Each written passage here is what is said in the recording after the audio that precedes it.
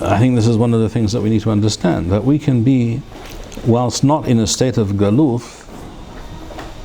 in simple terms, it doesn't make sense. In straightforward terms, it doesn't make sense to refer to a situation such as our present circumstance, where we live in Eretz Yisrael, Baruch Hashem, and we're not under the direct control or occupation of foreigners or some foreign nation, what have you. On the other hand, as the Haredim will always remind you, or will always claim, we're living in galut. So that's a difficult thing to hear on the one hand. It seems to it sounds very strident and doesn't seem to fit the reality that we're living in galut, but we're living in Eretz Yisrael. We're not living under a foreign government or some non-Jewish empire or something. So why would you say they're in a state of galut? So again, literally, it doesn't ring true to say that. But it is true that one can be in Eretz Yisrael and live even under supposedly a Jewish government. Supposedly, by that I mean in the sense that the people who rule over us claim to be Jewish. Maybe technically, halachically they are. Some of them at least, maybe most of them. Not all of them, that's also clear. I mean, no one's going to tell me that the justice of the so-called Supreme Court, so-called justice, a judge, an Arab judge by the name of Kabub, no one's going to tell me that he's a Jew. He doesn't claim to be a Jew either. And the same is true of many other people who wield power over us in this country. But yes, we can live in Eretz Yisrael in a situation which is so mind-numbingly inane and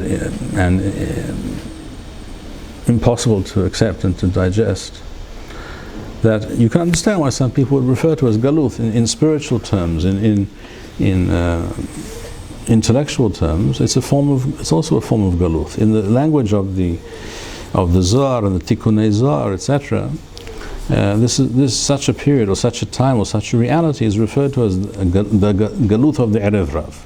Now the Erev Rav, again, most of them at least, are technically Jewish. But the question that was asked is when it says there will be a melech, you can also interpret the word melech to be an empire, a government, a power that exists in the world which rules over the Jewish people, whether they're in their own land or not. Either way, this statement holds true. So that's what I'm saying. If you want to use the terminology of sources such as the Zohar and what have you, then they speak explicitly about a future time where the Jews will be ruled over by the Erev Rav, by people, and the implication clearly is that we're talking about people from within the Jewish people, but who spiritually are rotten to the core. It's not an halachic statement in the sense that person is or is not considered Jewish, so that if he marries a woman, she's considered mekudeshet or not mekudeshet. That's not the question. Or whether this person is, hayav to keep Shabbat or not hayav to keep Shabbat. That's not the question. But there is such a thing as a person being of the Jewish people, but belonging to the Erev Rav. Erev Rav, as it says in the Torah, that when we left Mitzrayim, we left Egypt, Erev Rav ala itham. So there were many people from without the Jewish people, who not part of the Jewish people, who attached themselves to the Jews who were leaving Mitzrayim, and they left together with them. And from that time to this, they They exist within the Jewish people. We have to understand, and this is not only in the Zohar. Here I'm quoting it to you from, for example, from the Sechet Beisa, Lamed Bet, Amud Bet.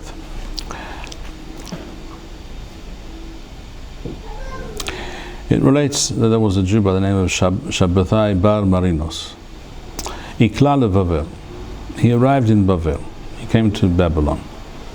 It's possible, it's likely that he was from Eretz Yisrael originally. And he, when he arrived, he had no money with him. He was not able to support himself immediately. He turned to, previously the Talmud was discussing wealthy people in Bavel, etc. So he turned to some of these people and asked them for a loan to allow him to open a business or to start trading or something. With the money that he would receive as a loan, he would start to earn some money and he would repay the loan. That's called an isaka. And they paid no attention to him.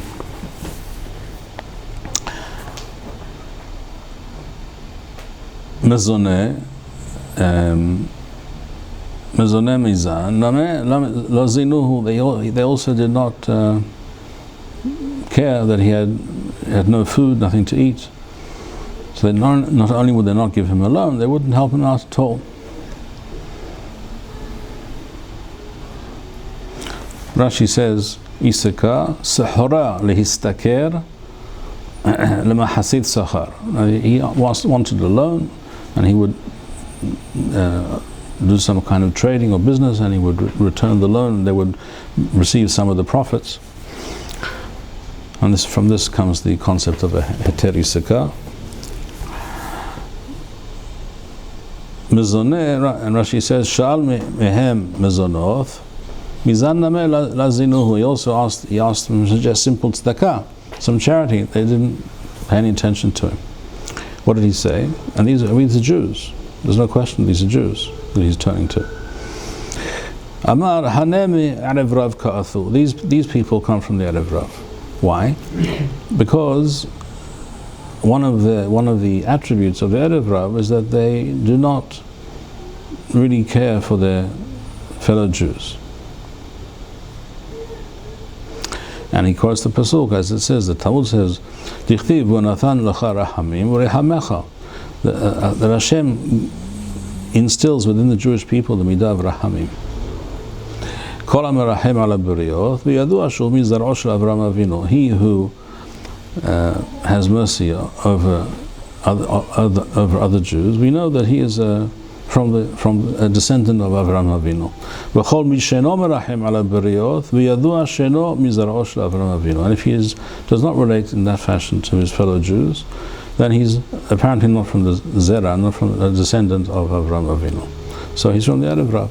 In other words, he's some foreign accretion that infiltrated the Jewish people. And technically, it may have the status of a Jew. Most likely, almost certainly, yes. But not the spiritual techunot, not the spiritual characteristics of the Jewish people. It goes without saying, obviously, that if we have people here today who rule over us, whose policies, whose legal decisions, and all manner of rules and regulations, etc., which they over decades have imposed on us, which result in as we see at this very moment, they have prevented us from defeating our enemies.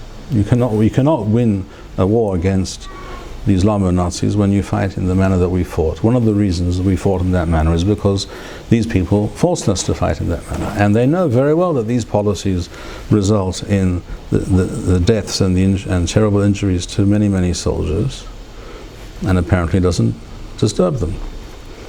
Well, so if Shabbatai Bar Marinos thought that simply because they wouldn't give him some tzedakah, these people must be from the Erev Rav, what would you say about such people? It's not a far-fetched thing to claim at all. Quite the opposite. It's essentially the only possible way you can, only possible position you can adopt.